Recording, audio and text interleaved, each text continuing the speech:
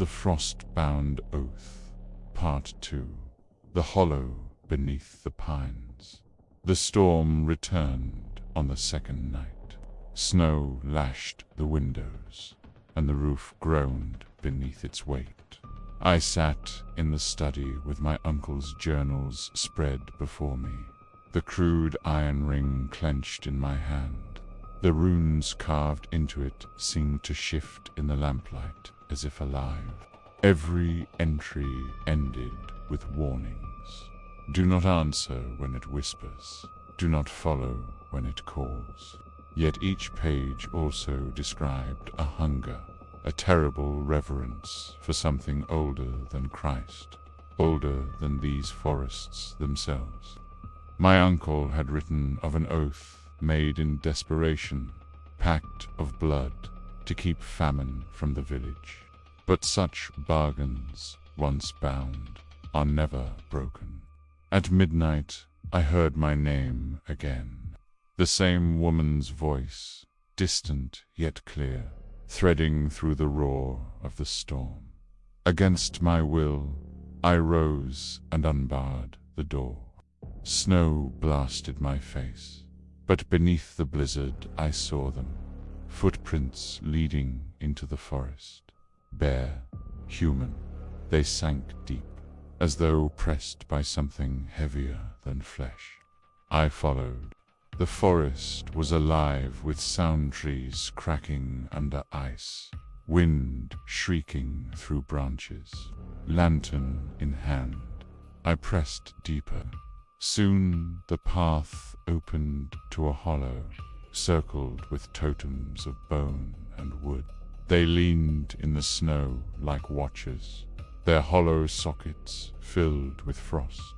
There she was, again the pale woman. This time her eyes glowed faintly blue, like ice catching the moon.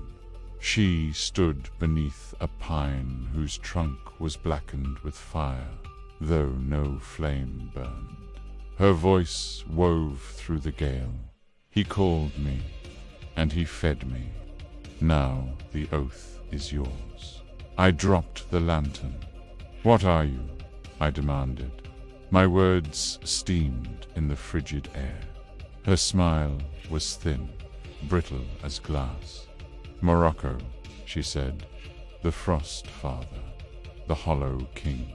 He wears many names. Your uncle bound himself to him, and in his last breath he bound you too. I denied it. I shouted that I had made no oath, but she raised her hand, and the snow at my feet stirred. Out of it rose shapes, half-formed figures, human bodies stiff with ice, their faces hollow and dark. They moved with jerks, like marionettes pulled by unseen strings. Among them I saw one I knew. My uncle. His eyes were frozen pits, his lips blue. He reached toward me, and though his mouth opened in silence, I heard his voice in my mind. Do not resist. The oath cannot be broken. I fled. I tore through branches, the cold clawing into my chest, until the forest blurred into darkness. When I awoke, I was lying in the village church. The priest stood over me, his expression grim. You saw her, he said, not asking. You heard her speak. I nodded. He crossed himself and whispered prayers. Then he told me the truth. Long ago, when famine hollowed these lands, my uncle had led the villagers in a secret rite beneath the pines. They offered blood and warmth to Morocco, so their children might survive the winter. The spirit accepted, but an oath sealed in frost is eternal. For every generation spared hunger, another must surrender its flesh. And now it is your turn, the priest finished. His voice broke as he looked away. Leave before the snows claim you. But leaving was not so simple. The roads had vanished under drifts taller than men. Horses froze in their stables. The villagers locked their doors at dusk, their faces pale with dread. That night, the scratching returned not at the walls this time, but at the windows. Long nails scraped across the glass, drawing spirals in frost.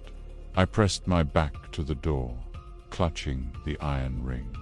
Whispers filled the air, many voices now, layered and cold. They urged me to return to the hollow, to complete the oath. I resisted until the fire burned low. Then the wind died. The silence pressed too deep, too heavy, and from the corner of the room I heard a creak. My uncle's chair shifted. Slowly, the figure of a man rose from it. Frost clung to his hair. His face was gray, his eyes to points of burning ice.